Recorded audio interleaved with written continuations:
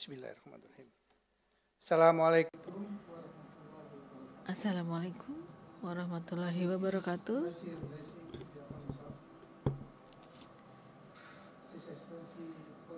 Yang terhormat Bapak Menteri Bidang Infrastruktur dan Pembangunan Daerah Bapak Agus Hadi Yudhoyono dan Ibu Anissa. Yang terhormat Bapak Menteri Transmigrasi Bapak Iftita, Bapak Menteri Koperasi dan UMKM Bapak Maman. Yang terhormat Bapak Menteri Perkembangan Kreatif Bapak Rifki. Yang terhormat Wakil Menteri ATR BPN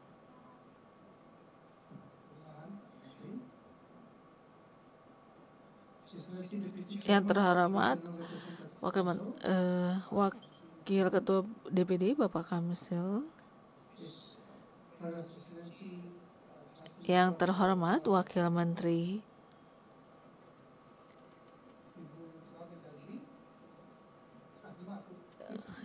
Ibu Wamendagri.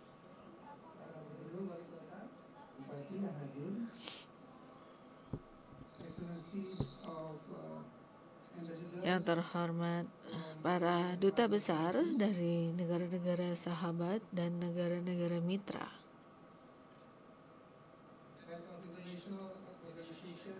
Kepala Organisasi Pembangunan Internasional dan Asosiasi Global Pemimpin Perbankan dan BUMN, perwakilan akademisi dan institusi penelitian, serta para tamu konferensi internasional tentang infrastruktur.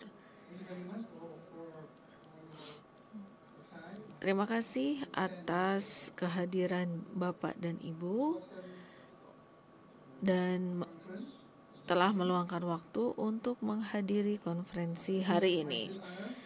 Saya merasa terhormat dapat berada di sini pada ICI atau Konferensi Internasional tentang Infrastruktur tahun 2025,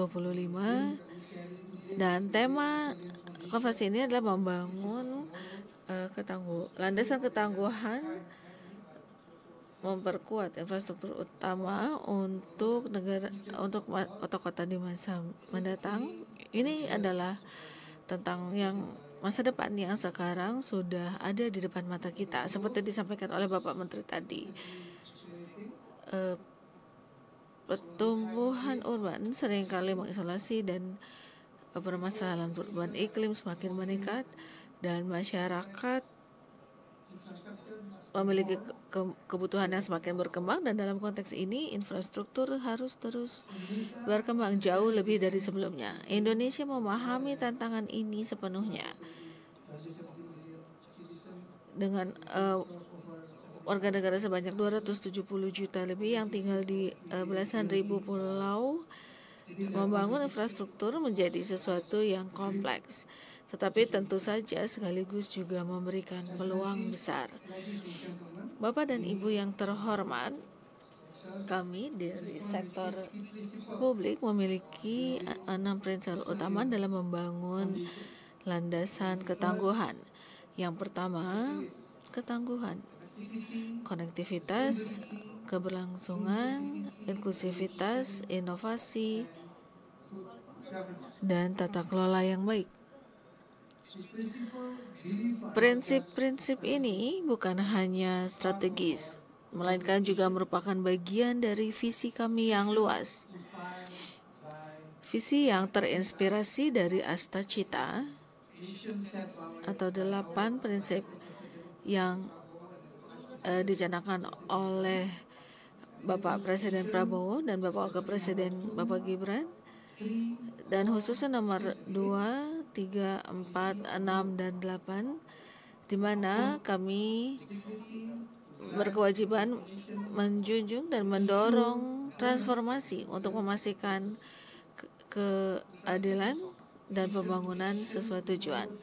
Dan untuk melakukan ini kami dilaksanakan dengan Rencana Pembangunan Jangka Menengah atau RPJMN 2025-2029 yang menjadi kompas dan arahan nasional yang jelas.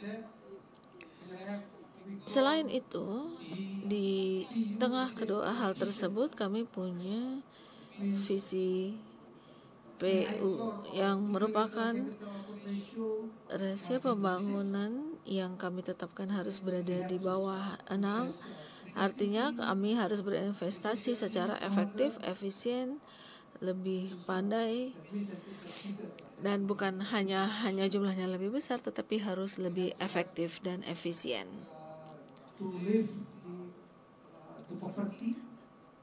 Kita semua harus meninggalkan kemiskinan, harus mencapai angka kemiskinan 0.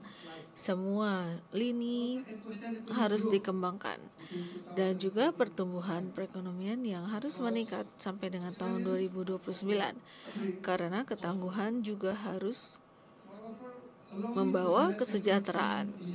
Saya akan menyampaikan beberapa inisiatif utama dan contoh-contoh kemajuan yang kami capai, dan ini sekaligus menjadi undangan untuk kolaborasi yang lebih luas dengan berbagai investasi. Hal ini tentu saja menunjukkan peluang yang nyata, terbuka, dan selaras dengan prioritas nasional bagi para mitra seperti lembaga Anda yang bekerjasama dengan Indonesia.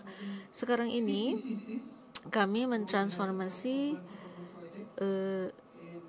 dalam proyek-proyek transformasi urban atau perkotaan bersama dengan Kementerian Utama dan Bank Dunia.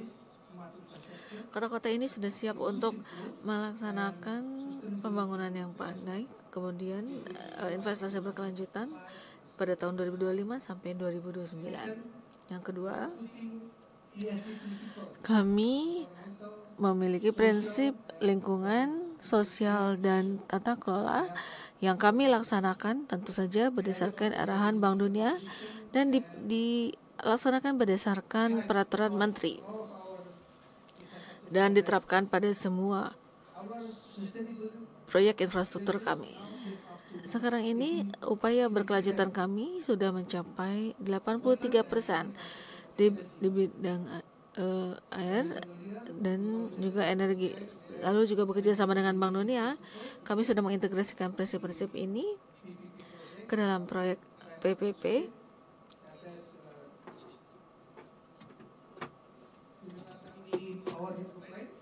Seperti dalam proyek-proyek Hydroplan dan juga Bendungan Sadawarma. Kami juga bekerja sama dengan pemerintah Australia untuk mengembangkan tools atau perangkat untuk pengurangan emisi gas rumah kaca untuk memonitor pengurangan gas rumah kaca. Dan temuan ini merefleksikan kesiapan Indonesia untuk bertanggung jawab atas investasi berdampak tinggi. Yang ketiga, kami membangun program dinding laut raksasa yang didirikan dari Cilegon memanyang sampai dengan Gresik di Jawa Tengah untuk melindungi wilayah garis pantai dan utara beserta masyarakat yang tinggal di sana. Dan juga tambang perbatasan laut di Jakarta Utara memberikan peluang untuk investasi jangka panjang dan juga penggunaan bendungan yang diajukan, dan juga untuk energi terbarukan dan kemitraan yang lebih bermakna. Beberapa proyek bendungan seperti Arsari, Muara Jula, dan Bentaran merupakan contoh di mana investasi dan inovasi dapat berjalan bersamaan dalam skema KBUP, khususnya dalam model kaptif. Yang kelima, kami juga terdepan dalam reformasi pengelolaan limbah.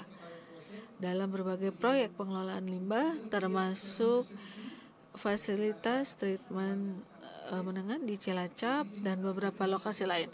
Kota-kota ini mencari mitra untuk memperbesar dan mereplikasi solusi yang mereka tawarkan. Yang keenam, kami mengamankan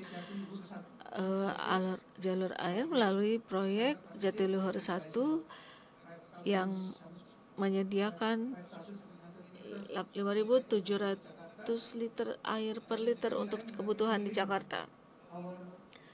Lalu kami juga memperbaiki sistem irigasi untuk mengurangi penggunaan air untuk pertanian dari 60% menjadi 30%, dan kami telah berhasil melaksanakan ini di kawasan Jawa Barat. Ini menunjukkan bagaimana infrastruktur dapat juga menjadi tangguh secara iklim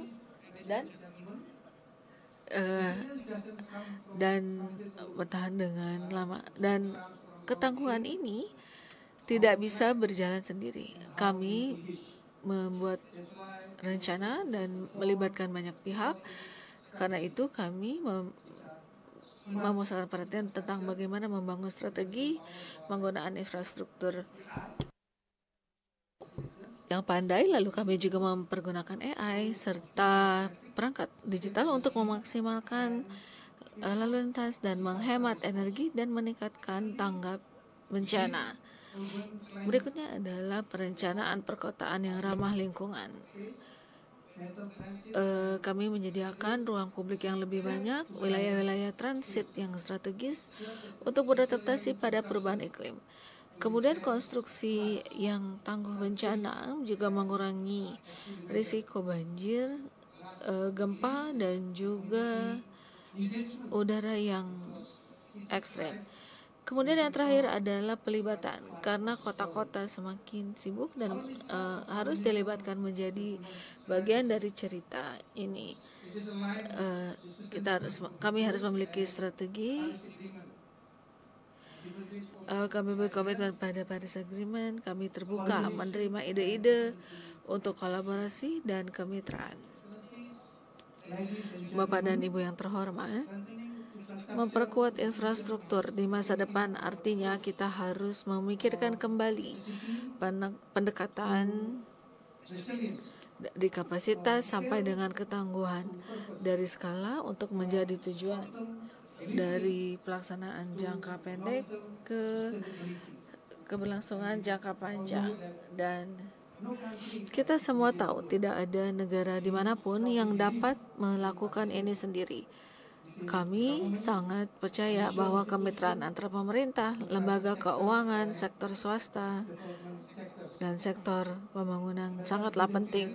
Mari kita membangun hal-hal tersebut bersama, karena kota-kota masa depan sangat bergantung pada pilihan-pilihan yang kita buat sekarang. Bapak dan Ibu yang terhormat, forum ini, ICI, lebih dari sekadar konferensi. Forum ini menjadi tempat untuk menunjukkan teknologi dan komitmen kami terhadap aksi, terhadap tindakan. Dan saya berharap dengan tulus, dengan semangat yang ada di ruangan ini, kita memiliki semangat untuk saling berbagi kemajuan yang kita capai bersama. Dan ini adalah akhir dari pidato saya. Masa depan yang baik harus lebih ramah lingkungan, harus lebih terstruktur, dan kita harus membangun rasa percaya di antara kita. Karena itu kami ingin sekali bekerja sama dengan Bapak dan Ibu sekalian melakukan deregulasi untuk membuat aturan-aturan yang lebih jelas, membuat proses menjadi lebih cepat, dan investasi menjadi lebih lancar. Dan pada tahun 2025 sampai dengan 2026 kami memiliki target untuk mendapatkan pendataan 900 triliun rupiah, dan pemerintah memiliki fiskal terbatas hanya mencakup 60%, artinya sisanya harus berasal dari pendanaan smart dan kolaboratif.